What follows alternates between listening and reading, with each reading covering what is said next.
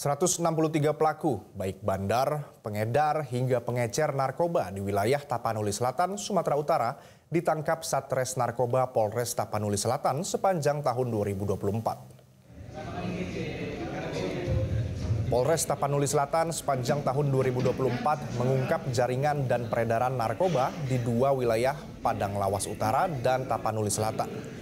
Dari 163 pelaku dari bandar, pengedar, dan pengecer berhasil dibekuk petugas Satres Narkoba Polres Tapanuli Selatan. Barang bukti mulai ganja dan sabu disita petugas dalam operasi penangkapan.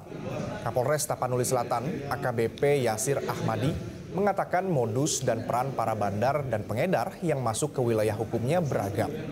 Yasir Ahmadi mengatakan dengan tegas akan terus berjihad melawan peredaran narkoba di wilayah hukumnya. Ya, selain mengamankan tahanan, personil yang berdiri di persidangan luar.